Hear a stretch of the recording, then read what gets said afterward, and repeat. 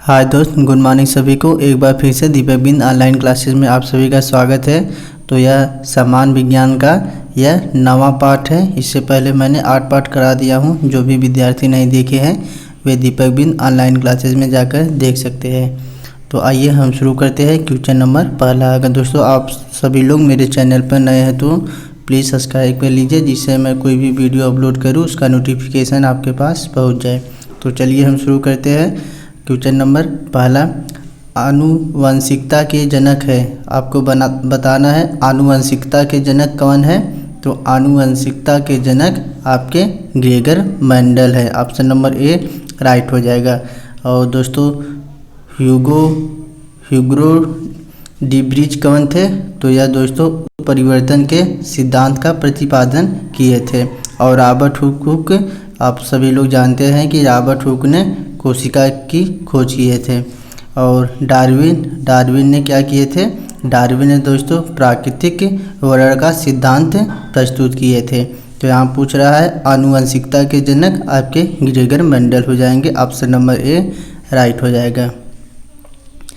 अगला question number 2, gene शब्द का प्रयोग सर्वप्रथम किसने किया। तो दोस्तों यहाँ पर देखिए जीन शब्द का सर्वप्रथम प्रयोग किसने किया। तो वह जोहानसन ने किए थे।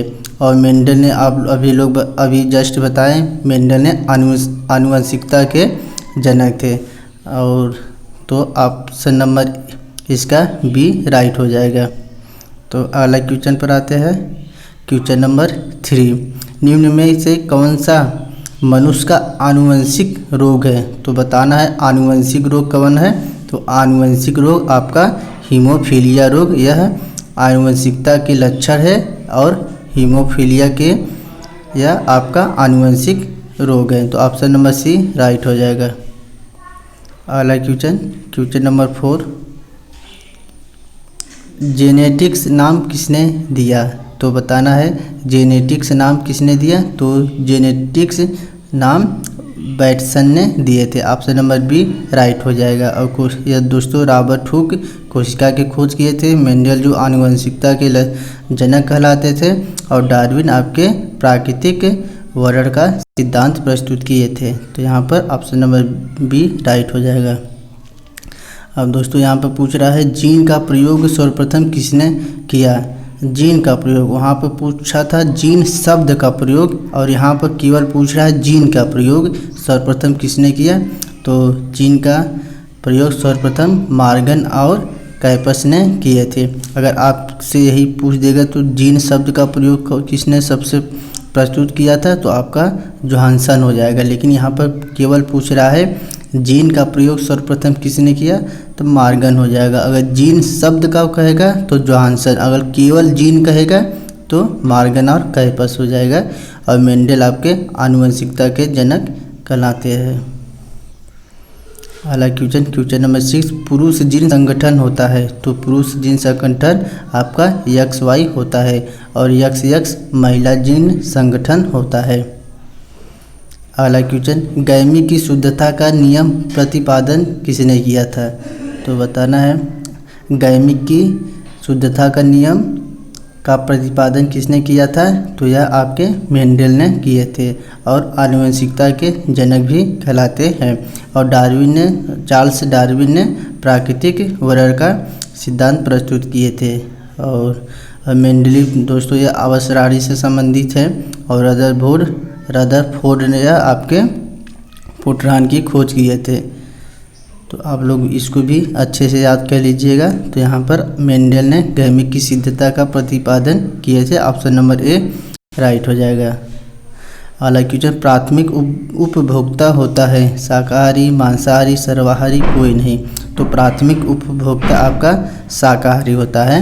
ऑप्शन नंबर ए राइट हो जाएगा। और द्वितीयक उपभोक्ता होता है। तो द्वितीयक उपभोक्ता आपका मांसाहारी होता है। ऑप्शन नंबर बी राइट हो जाएगा। और दोस्तों सहजीविता का उदाहरण है। तो सहजीविता का उदाहरण आपका लाइकेन होता है। ऑप्शन नंबर ए राइट हो जाएगा। अगला क्वेश्चन, इकोलॉजी शब्द का सर्वप्रथम प्रयोग किसने किया था? तो बताना है इकोलॉजी शब्द का सर्वप्रथम प्रयोग किसने किया था? तो इकोलॉजी शब्द का सर्वप्रथम प्रयोग रीटर ने किए थे। ऑप्शन नंबर बी राइट हो जाएगा। और दोस्तों हेकले, तो कभी कभी आपसे एग्जाम में पूछ सकता है हेकले किससे संबंधित है? तो दोस्तों यह पारिस्थितिकी का शब्द का प्रयोग सर्वप्रथम अर्नेस्ट हैकेले ने किए थे। किसका?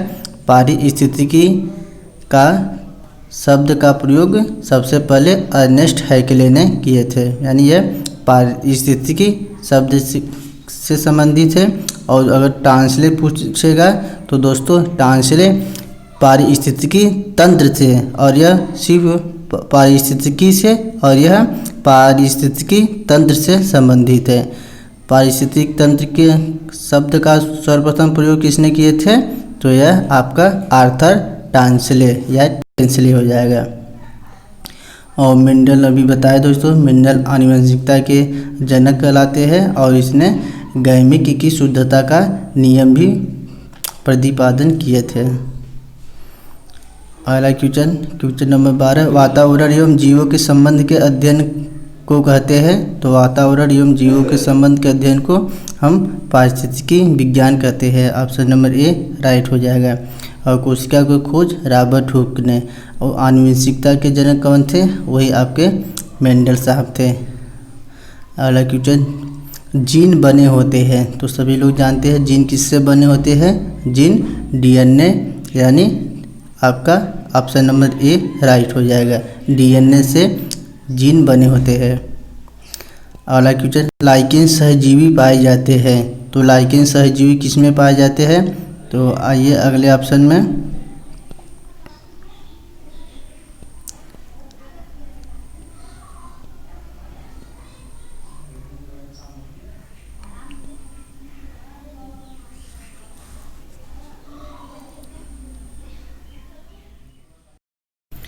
तो लाइकेन सहजीवी पाए जाते हैं।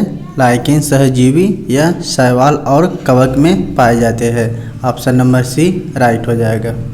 अगला क्वेश्चन नंबर 15, सारगोसा समुद्र का नाम पड़ा? तो बताना है सारगोसा समुद्र का नाम पड़ा, क्यों पड़ा था? तो दोस्तों यह शैवालों के कारण सारगोसा समुद्र का नाम पड़ा। ऑप्शन नंबर सी राइट हो जाएगा। अगला क्वेश्चन नंबर 16, ऊर्जा का पिरामिड होता है? तो हमेशा सीधा, हमेशा उल्टा, दोनों या कोई नहीं? तो ऊर्जा का पिरामिड हमेशा सीधा होता है। ऑप्शन नंबर ए राइट हो जाएगा। अगला क्वेश्चन, निम्न में कौन आजीविक कारक है? तो दोस्तों आजीविक वह कारक है जिसमें जान नहीं होता है या जिसमें जीव नहीं होता है, उसे अजैविक कारक कहते हैं। और जैविक कारक उसे कहते हैं जिसमें जीव व जान होता है, उसे जैविक कारक कहते हैं। तो जल, कार्बोहाइड्रेट, ताप, तो इसमें अजैविक कारक कौन है? तो यह सभी। ऑप्शन नंबर डी राइट हो जाएगा। अगला क्वेश्चन, मनुष्य में किस प्रकार के गुणसूत्रों लिंग निर्धारण होता है? तो यह आपका अभी बताएं एक्स वाई के कारण मनुष्य का लिंग निर्धारण होता है। अगला क्वेश्चन नंबर 19, सबसे बड़ा गुणसूत्र है? यह दोस्तों बहुत इंपॉर्टेंट क्वेश्चन है, एग्जाम में हमेशा पूछा जाता है कि सबसे बड़ा गुणसूत्र क्या है? तो सबसे बड़ा गुणसूत्र आपका ट्रिलियम हो जाएगा। ऑप्शन नंबर सी राइट हो जाएगा। और सबसे अगर छोटा पूछेगा तो शैवाल हो जाएगा। तो आइए देखते हैं क्वेश्चन नंबर 20, सबसे छोटा गुणसूत्र है? तो सबसे छोटा गुणसूत्र आपका शैवाल, और सबसे बड़ा गुणसूत्र ट्रिलियम हो जाएगा। तो आप लोग अच्छे से याद कर लीजिएगा। अगला क्वेश्चन, जीन शब्द का पता जोहानसन ने कब लगाया? तो बताना है जीन शब्द का पता जोहानसन ने कब लगाया? तो यह 1909 में लगाए थे। ऑप्शन नंबर ए राइट हो जाएगा। अगला क्वेश्चन, डीएनए की क्रियात्मक इकाई है? यह क्वेश्चन बहुत पूछा है कि डीएनए की क्रियात्मक इकाई क्या है? तो डीएनए की क्रियात्मक इकाई आपका जीन होता है। ऑप्शन नंबर ए राइट हो जाएगा। बहुत लोग दोस्तों दोनों लगा देते हैं, लेकिन ऑप्शन नंबर ए राइट हो जाएगा। डीएनए की क्रियात्मक इकाई केवल जीन होती है।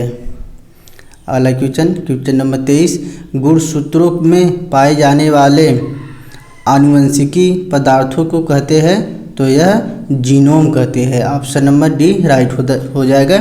जीनोम को सूत्रों में पाए जाने वाले आनुवंशिकी पदार्थों को क्या कहते हैं, तो genome. Option number D right हो जाएगा। अगला क्वेश्चन, संपूर्ण जेनेटिक कोड का पता किसने लगाया था, तो संपूर्ण जेनेटिक कोड का पता किसने लगाया था, तो यह आपके हरगोविंद खुराना ने लगाए थे। ऑप्शन नंबर ए राइट हो जाएगा। और रदरफोर्ड दोस्तों प्रोटॉन की खोज किए थे, मेंडल जो आनुवंशिकता के जनक कहलाते हैं। तो लास्ट क्वेश्चन नंबर 25 जो बहुत बार एग्जाम में पूछा गया है, हरगोविंद खुराना को जेनेटिक कोड का पता लगाने के लिए नोबेल पुरस्कार मिला है। तो आप सभी लोग जानते हैं हरगोविंद खुराना को नोबेल पुरस्कार से सम्मानित किया गया है। और कब सम्मानित किया गया है, तो यह 1968 में सम्मानित किया गया था। ऑप्शन नंबर सी राइट हो जाएगा। और किस क्षेत्र में मिले थे, यानी कैसे मिले थे, तो जेनेटिक कोड का पता लगाने के लिए नोबेल पुरस्कार मिला था हरगोविंद खुराना को। ऑप्शन नंबर सी राइट हो जाएगा।